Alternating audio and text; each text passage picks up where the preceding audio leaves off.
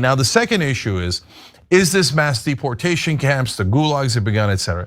Now, look, I think that the clip that Francesca's using is misleading and totally out of context, but that's okay.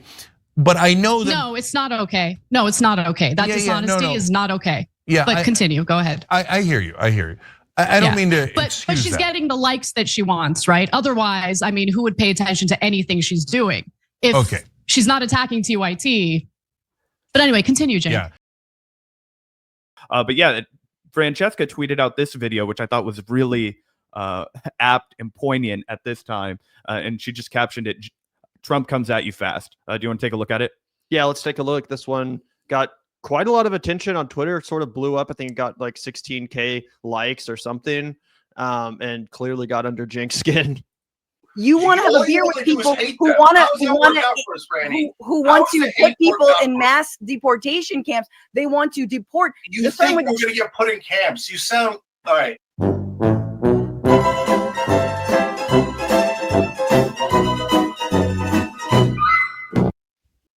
Brutal. And it's not just this one take, although if it was just this one take, that would be enough to be like, Cenk, we're really skeptical. Why are you doing this? But it comes after months and months and months of him going back and forth.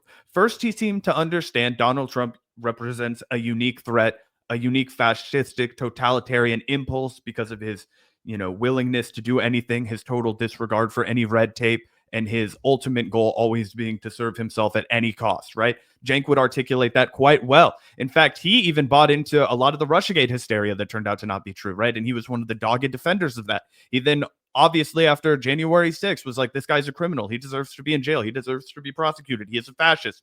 We watched that entire evolution. And then he won re-election, and Cenk Uygur joined the brigade of people who were trying to launder Trump's reputation. Oh, he's not going to be that bad.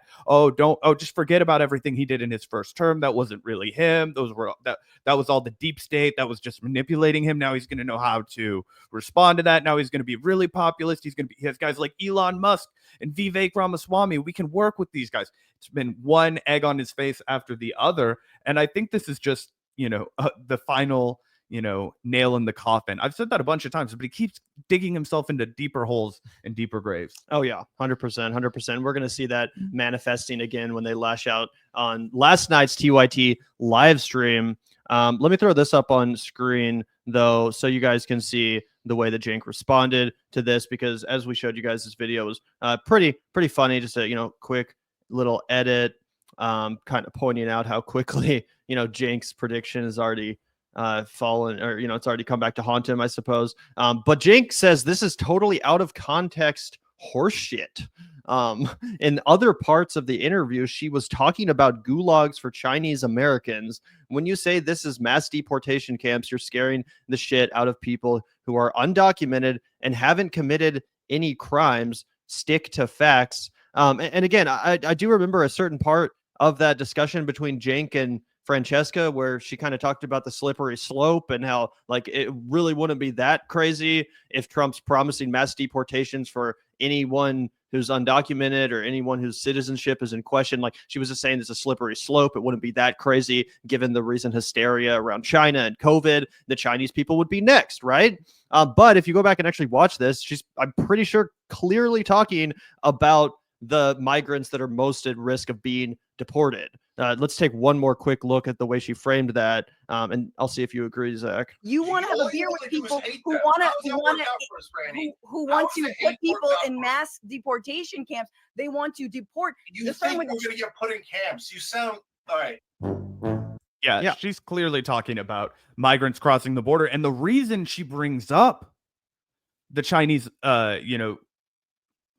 encampments, right? I'm not exactly sure what the context was. I don't want to try and quote her, but she is, I believe, half Chinese American, right? I think she's Chinese Italian American. Okay, so that's a lineage that's part of her family. That's part of her family tree, right? So she's grabbing that as something that she can make it personal for her, right? Because Cenk brought up that he's a Muslim, right? And Trump did the Muslim ban. So what she tried to do was she was like, okay, let me draw on my own family lineage, right? Let me talk about the Chinese Exclusion Act.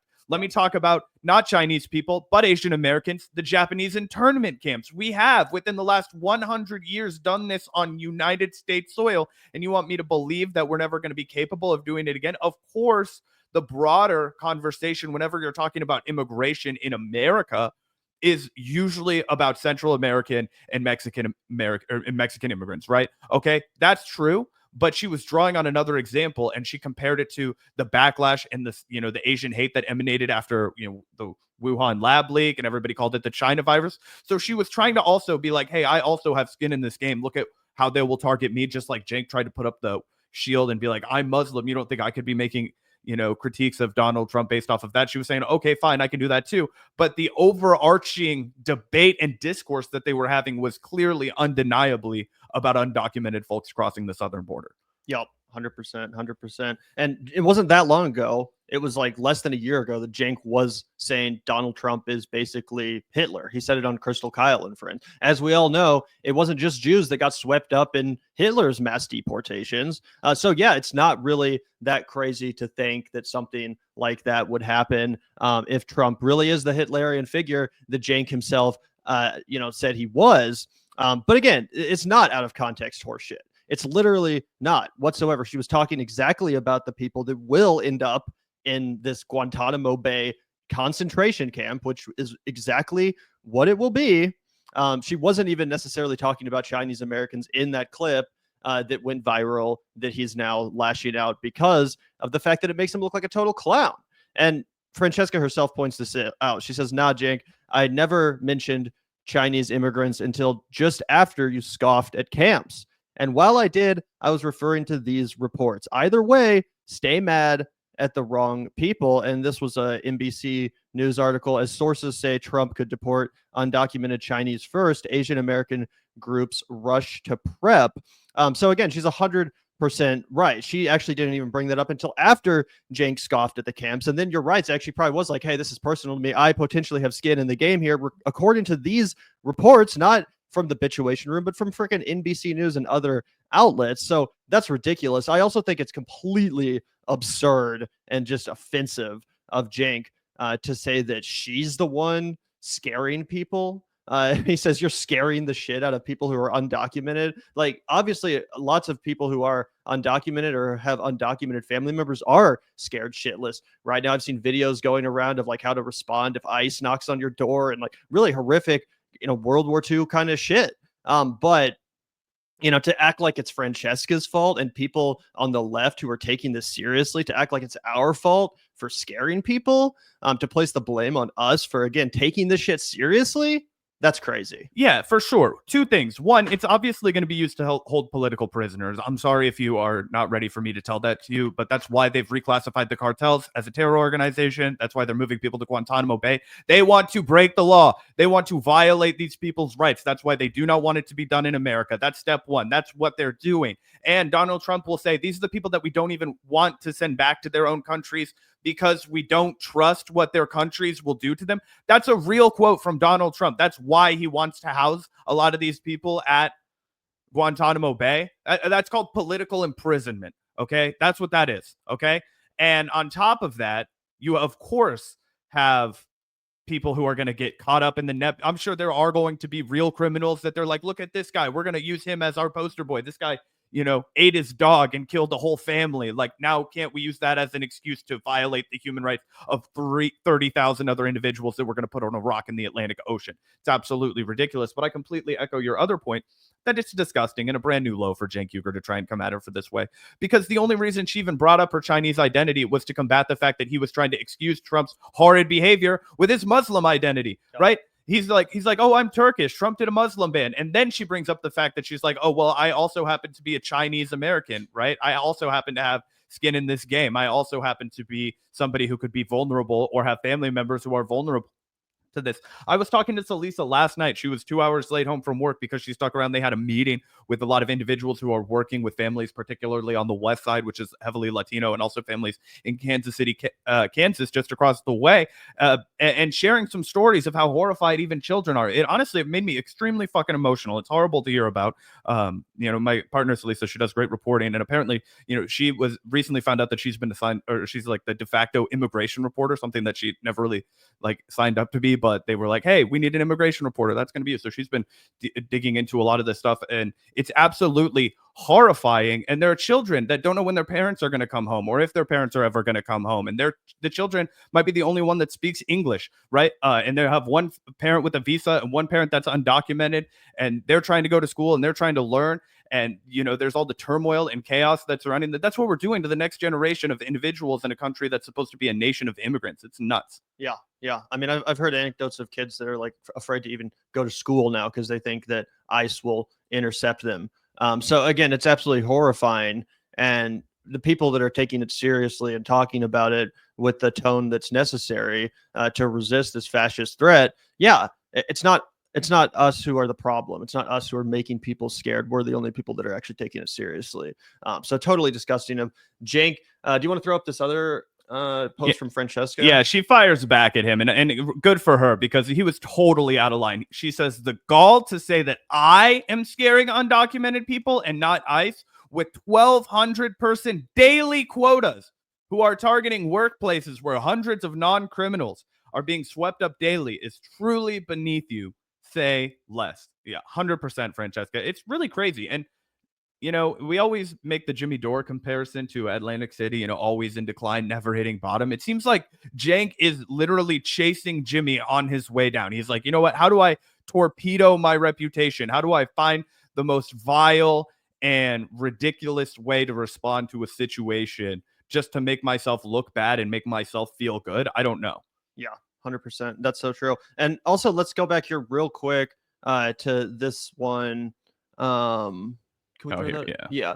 Where Cenk said, this is crazy too. Before we get to the live TYT segment, I just kind of thought about it. But, he's saying you're scaring the shit out of people who are undocumented and haven't committed any crime. So Cenk is implying that those people are going to be safe from Donald Trump. Does he not realize that from the perspective of MAGA, them being here in the first place is a crime? Them being here in the first place, undocumented, is them having committed a crime. That's enough of an excuse to put them in one of these concentration camps that's already being built. And then where do you think their kids are going to go? You know what I'm saying? Where do you think their family members are going to go who are also here without proper documentation? There's probably going to be other, centers built for them. We already saw this under the first Trump administration with the horrific and inhumane child separation policy. Those kids aren't going to the YMCA. You know what I'm saying, Zach? No, dude, it's heartbreaking, guys. Do you not understand what's happening? We are watching our societal erosion to the point where we are criminalizing the fundamental element of American society. We are criminalizing the path to America to get a better life. We are saying we are no longer the nation with the Statue of Liberty. We are not the nation that will take your tired, tattered, broken, whatever the fuck stupid shit it says on the Statue of Liberty that I believe in with my whole heart. That was built by the French. Yeah, that's what they'll say now. We'll rewrite our entire history where we'll basically be the fucking Nazis of the world even more than we already have been. We can't even embrace the poor of the world coming here for a better life. In fact, we're criminalizing it. And do you know why we're criminalizing it? We're criminalizing it because we're trying to preserve a failing empire. And when you're trying to preserve a failing empire or build a failing empire, what do you have to do? You have to demonize, scapegoat, oppress, malign. Oh, the problems with the economy, they're not the things that I'm creating to make my rich friends even richer while more and more and more and more people have nothing. Yeah. Oh, I'm just a billionaire that made $55 billion overnight when I became president. Really, I'm looking out for you. How stupid do you have to fucking be to believe that? Right? So it's completely crazy. And so they're doing all of this to have a shiny object to pretend that they're accomplishing something. And it's just like what Hitler did with the Jewish people. I'm sorry, but it's exactly what he did. He said, these are the people that are making it so that you can't find work. These are the people that made it so that Germany would always be poor after World War I. These are the people that are responsible for all of your crimes. They're doing that exact same thing. And what did they do? They outlawed the Jewish folks. Jewish people aren't allowed to be outside the ghetto. Gypsies aren't allowed to be outside the ghettos. Romani people aren't allowed to be outside the ghettos. Gay people aren't allowed to be outside the ghettos. You all have to be sequestered here. Oh, yeah. And now it's time for us to get rid of you. Okay, do you not understand how close we are to that? We are teetering on the brink, and it's not hyperbolic, and it's not crazy to say. It's important to say because everybody else is too afraid to say it now because they want to cuddle up to power. Yep, 100%, 100%. And again, let's just play this one more time before we watch the reaction live on TYT to this clip, because again, the way they characterize it is pretty funny. Let's take a look. You want to have a beer with people who want to put people in mass deportation camps. They want to deport. You think we're going to get put in camps? You sound all right.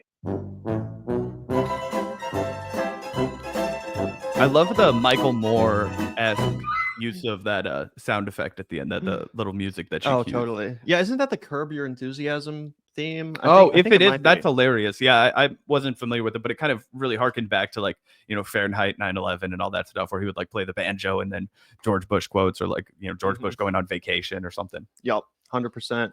Either way, are you guys ready? Are you ready, Zach? Oh, yeah. See the moment, the big meltdown. TYT comes at you fast. Yeah. With the terrorism suspects. And to be clear, in the past, that has not been the practice. Okay, they don't put terrorist suspects in the same facility as immigrants in detention. But that point about Bill Clinton that you just heard is actually true.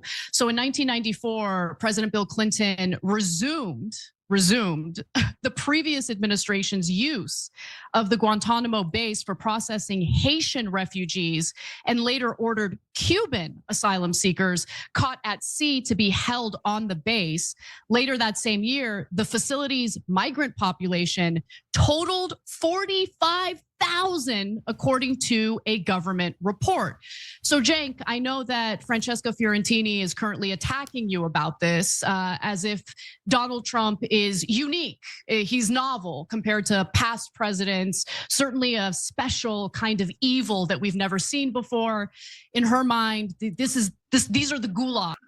Okay, we already have to correct something really quickly because she totally misrepresents the reality of what happened under the Bill Clinton administration. While they did have people totaling 45,000, it wasn't permanent and they were all crammed in there like fucking sardines. Do you think that's an okay way to make people live for an entire prison sentence? Do you think you could keep them there for 10, 15, 20 years? The commonplace length of a criminal sentence in this country because we have draconian fascist laws? No, what they were doing was they were saying, okay, you are a refugee. We're going to send you here. Oh yeah, sorry, you didn't make the cut. We're sending you back here. That's what they were doing, right? So there was a population flux. And yeah, it was horrible. It was miserable. Go read about it. It was a human rights abuse. It was terrible policy from Bill Clinton, right? If you guys watch the 2001 election cycle videos from the past, you'll always hear about that guy, Elia Gonzalez, right? Because he was a Cuban refugee who showed up on the coast of Florida. Very consequential to the election cycle after that. It's because we were coming off of the wake of all of that Bill Clinton policy, okay? Anyway. Yeah, 100%. I think this quote says it well. Prison camps are okay because we've had prison camps before. Like, no, that wasn't okay then either. Francesca wasn't defending the use of Guantanamo Bay under Bill Clinton or George Bush. The left has always been against Guantanamo Bay. That's why we advocated for Obama to close it. That's why we advocated for Joe Biden to close it. That's why it's so horrifying to see it be revamped for 30,000 new criminal aliens under the Trump administration. One of the very first moves he's made as the new president, exactly as Francesca predicted, right? That would be like if freaking the new president came in and was like, hey, let's do some Japanese internment camps. People freak out about it. And then Anna Kasparian comes out and says, well, you know, who else did that?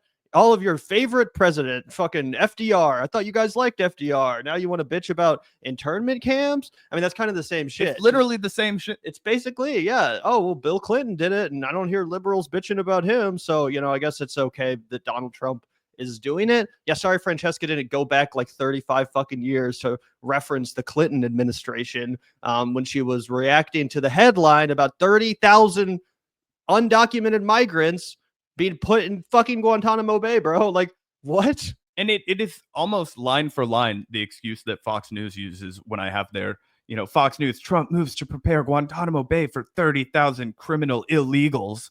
Yeah, exactly. Also, that look at she this was still warning frame. about. But in fact, this has been a long-standing practice. You can be against that practice, but Donald Trump isn't doing anything new here. Yeah, so I'm going to address it, but there's two different issues here. One, should he send him to Gitmo? And my answer to that is no. So what is Gitmo mainly known for? Unconstitutional lawlessness. So I know why Trump's doing it. He's doing this threat, and he probably will do some portion of this to make it seem like he's tough and you better not come here. And if you're undocumented immigrant, especially criminals, we're going to send you to Gitmo and scare everybody to death, right?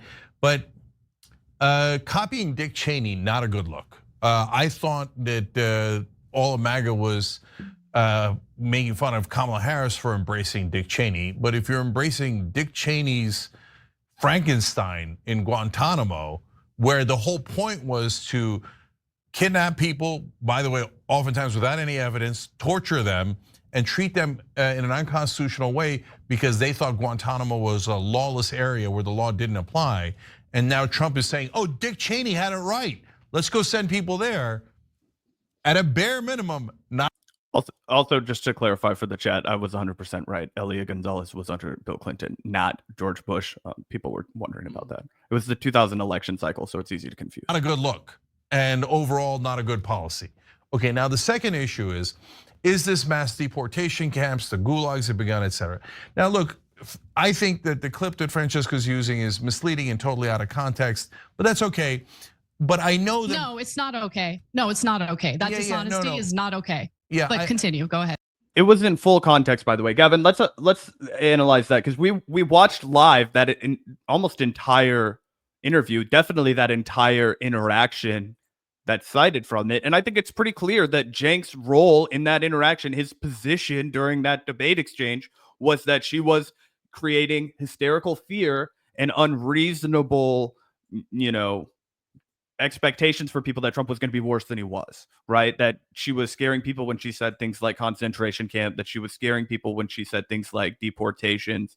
And in reality, that's exactly what was going to happen. And so Cenk is trying to do an about face and deny that he was arguing for that, because it's a sour position, which is something he's been doing over and over and over and over and over again in both directions ever since Donald Trump won re-election. Oh yeah, 100%, 100%. It's so weird to see him kind of like both backtrack, but also defend his downplaying of the fascist Trump administration. It's very incoherent. It seems like he's, like again, it wasn't that long ago that he was calling Donald Trump Hitler. Like 6 months before the election, he was on Crystal and Kyle Friend saying exactly that. But you're 100% right, Zach. He was totally condescending. He was kind of laughing in the face of Francesca when she brought this up. Oh yeah, and the last note I'll make about that is you guys can tell how quickly he made his pivot, because I believe in the trigonometry episode that came out, he calls Donald Trump a fascist, and he actually argues that Donald Trump is a fascist. That full podcast episode, I think, came out in the days immediately after Donald Trump's re-election, and you can just play all the arguments that he employs against those guys on trigonometry back at the Cenk Uygur that existed, I swear to God, 4 weeks later. It was crazy how he just decided, you know what? I'm tired of arguing with Anna Kasparian. I'm tired of having her be, frustrated with me. I'm tired of us not being on the same page. I'm just going to swallow all of her talking points, and for the sake of the network, and the sake of our working relationship, kind of go MAGA. Yeah. Or go soft on MAGA, really soft on MAGA. Yeah. Now the second issue is this mass deportation camps, the gulags have begun, et cetera. Now look, I think that the clip that Francesca's using is misleading and totally out of context, but that's okay. But I know that— No, it's not okay. No, it's not okay. That dishonesty is not okay. Yeah, but continue. Go ahead. I hear you. I don't mean to but she's that. Getting the likes that she wants, right? Otherwise, I mean, who would pay attention to anything she's doing if she's not attacking TYT? But anyway, continue, Cenk. Yeah. Bro, Francesca just got picked up by a major upstart network called Zeteo, led by Mehdi Hassan, who's not running his business into the ground and can actually afford to expand. She's got a show with Wajahat Ali that Mehdi Hassan was just featured on yesterday. It got more live viewers than a lot of the TYT content that comes out, even though they had a fraction of the subscribers over on Zeteo. And I would imagine she's far happier over there. That's why she's not going to be making content for you guys, in my opinion. Yeah, no, 100%. Francesca, as you said, just joined Zeteo, has a new show over there. Zeteo has I think almost 700,000 subscribers. TYT has over 6 million subscribers, and Zeteo gets comparable viewers. So stop projecting your bullshit, Anna. Just because you can't do a show that people want to watch doesn't mean that Francesca can. She also does the Bitchuation Room, which again is a podcast with a fraction of the production. It does not have 75 employees behind it. It does not have a giant social media arm. It does not have multiple channels on YouTube. It has 100,000 subs. Again, gets pretty comparable views to TYT, maybe a little bit less, but still pretty impressive given that the fact that it's just one woman show over there, essentially. 100,000 subs. Anna could not on her own without the help of TYT or pivoting to the right get 100,000 subs. Well, that's exactly what I was going to say. She's tried before. How did it work out when you hosted Jacobin, Anna? I mean, people seem to be enjoying it when you were co-hosting with Michael Brooks, but unfortunately after his passing, the viewership went way the fuck down. No one was coming back to watch you host that show on your own. You've also been through 2 or 3 of your own shows on TYT where they tried to make you your own solo host. Remember Unfiltered, I think it was called? There was a clever name. I know, right? There was a few other iterations before then, but at multiple points, Cenk tried to give Anna her own show, or maybe Anna wanted it, who knows? And it was supposed to be the Anna Kasparian Hour, where it was just her. All the times that they attempted that, it quickly died off in a year or 2 years at most. People stopped watching, the views dried up. Anna Kasparian is completely incapable of having a show that people want to watch unless she's sitting right next to Cenk Uygur. Unfortunately, it doesn't, bring me any pleasure to say that, because I do think she's talented in that context, but weirdly enough, doesn't seem to be successful in any other context. All right. So I have my issues with that, and I made that clear on her account, right? But what I'm more worried about is good folks that are getting into a panic because everyone's telling them the gulags are imminent, including some of our members. In fact, RepCat, the political cat boy, great member, just wrote in, and I want to read it and then I want to address it because it's so related to this story. They wrote in, so now that we've got concentration camps already, and we're only less than 2 weeks in, are you going to listen to all of us, mostly queer people, sounding the alarms on this and the impending Christian Holocaust? No. This is exactly what I'm talking about. Guys, Clinton, as Anna just explained to you, you could look it up for yourself, even if you don't believe us, no problem, okay? Clinton used it and had 45,000 migrants there. Yeah, was it a prison? Did he use it as a prison? Oh no, I was out here. They say these people lost it. Say, I said, place you all could crash. Okay, Hillary, don't let her know. But me and my buddy Epstein, we've been down here in these parts. I said, hey, Guantanamo, might as well crash there. Yeah. Also, again, I'm not a fucking expert about the immigration policies under Bill Clinton. I'm sure there's not much to defend there. No. I'm not defending that. I don't think Francesca is. I don't see anyone on the left defending the Clinton era immigration policy. But if people are curious as to why more folks seem freaked out about this now, well, I mean, there's a couple reasons. For one, Elon Musk, who's the co-president, was just Sieg Heiling at the inauguration. They're not even trying to hide their explicit neo-Nazi branding. As you've acknowledged, Cenk, this is a Hitlerian movement.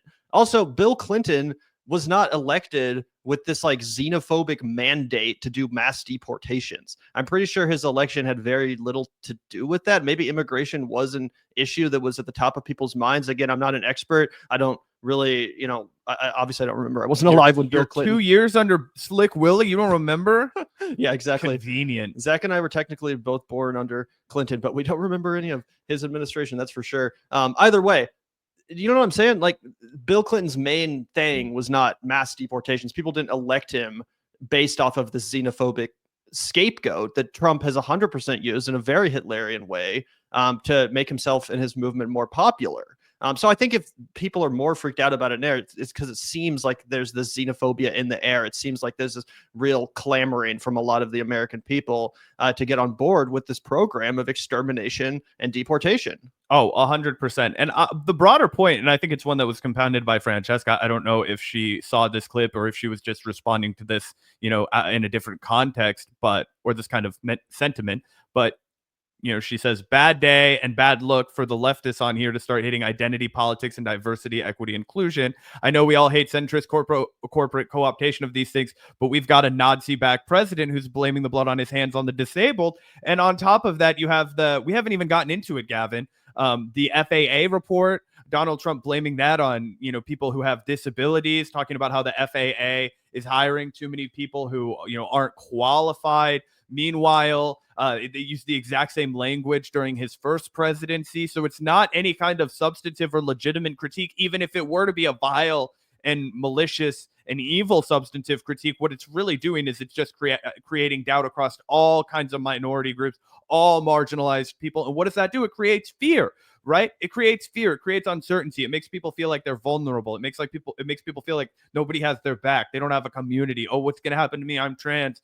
Am I going to be a negotiating chip? Oh, I'm technically a citizen because I was born here, but are they going to roll back my birthright citizenship as being a negotiation chip, right? People are very correct to be afraid because it's a scary thing to have happen to you. And to be somebody who is as removed as you could possibly be, as insulated as you could possibly be, as a well-financed business owner in Southern California, to be poo-pooing the concerns of poorer people, to be poo-pooing the concerns of people who are more oppressed, more vulnerable than you, and using your own identity as a shield. Because guess what? There will be Muslim people in America. There will be individuals who are subject to further scrutiny, discrimination, all kinds of racism as a result of the emboldening, the emboldenment that these neo-Nazi fucking white supremacist movements will experience, right? And that's all something that we've watched happen throughout our entire lives. It's going to be the flames are fanned, all that shit, right? It's crazy. And Gavin, I don't even know if you saw this tweet from Cenk, but just to round out my point on the FAA, you saw him running cover for fucking Donald Trump again over here. You've got the plane crash in DC very likely had nothing to do with DEI. That's what every Republican is saying now because they found out he's a white guy, right? They were both two guys that flew those damn planes were white brothers. Yep. Okay, I'm just telling you. But it turns out Trump was not crazy for saying the FAA may have used discriminatory practice against non-minorities that did lower standards, which again, I tell you, it was the same exact wording under the FAA during Donald Trump's first president. It makes me want to pull my fucking hair out, Gavin. I'm going crazy. Why did these guys all pretend he was not president already for 4 years?